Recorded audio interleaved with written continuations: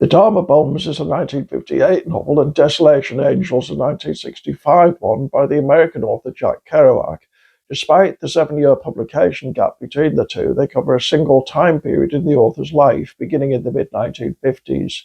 Kerouac was born in 1922 in Massachusetts, and at the end of the 1950s became a leading writer in the Beat generation.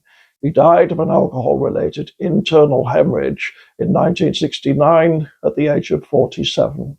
He's best remembered today for his semi-autobiographical work On the Road, but nearly all of his novels are semi-autobiographical. What mars their continuity is a piece of artistically terrible advice Kerouac was apparently given, leaving aside the question of whether or not it was legally sound, by his early publishers. They told me, he wrote in Visions of Cody, that I was not allowed to use the same personae names in each work.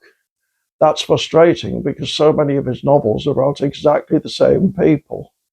So, for example, The Dharma Bums ends with Kerouac ascending a mountain in Washington state in order to take up temporary work as a fire watcher, at which point he calls himself Ray Smith.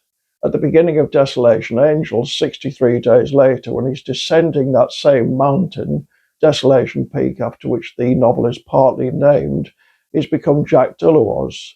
His friends and acquaintances, many of them now famous in their own right, suffer the same mistreatment.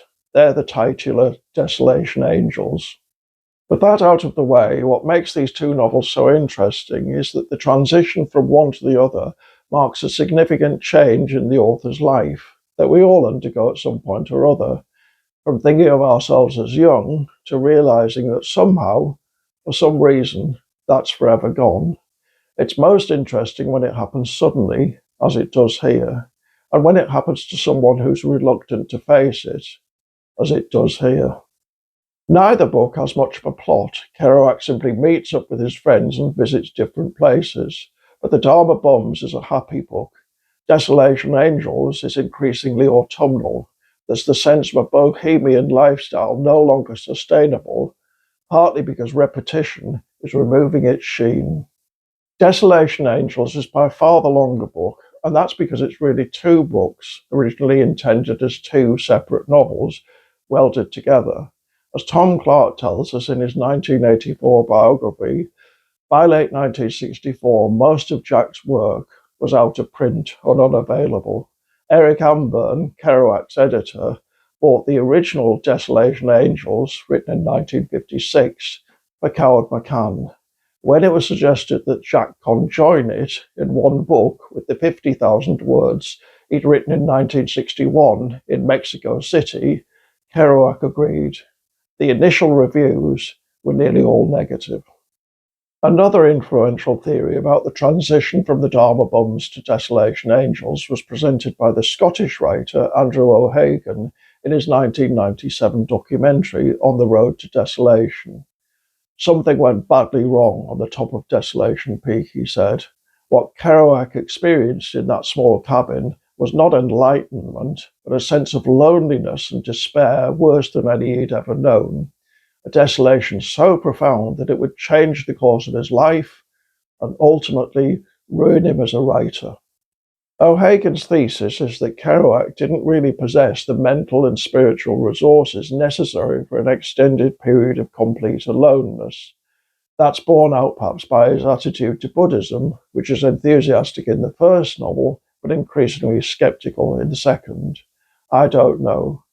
When Kerouac comes down from Desolation Peak at the beginning of the second novel, he doesn't present himself as traumatized, quite the reverse. But that needn't mean anything.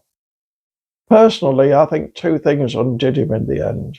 Firstly, his feeling that he had a persona to project, and that the cool, handsome writer guy he'd originally invented in New York City was who he really was. Secondly, his stubborn insistence on spontaneous prose, which meant he could never really develop the self-analytical tools a professional writer might require in order to dismantle a restricting persona. His sexism, his drinking, and his morbid relationship with his mother were all, I think, as much symptoms as causes of his decline. Why should anyone read him today? After all, he wasn't a great writer, even though some of his sentences are highly quotable. The answer lies in its cultural importance. The Beat Generation was the beginning of a literary artistic movement that enchanted Western civilization for well over a decade and probably transformed it, and only really came to an end with the death of Jerry Garcia in 1995. It didn't have a single name, although people repeatedly tried to give it one. In many ways, we're still dealing with its legacy. In any case, it began here.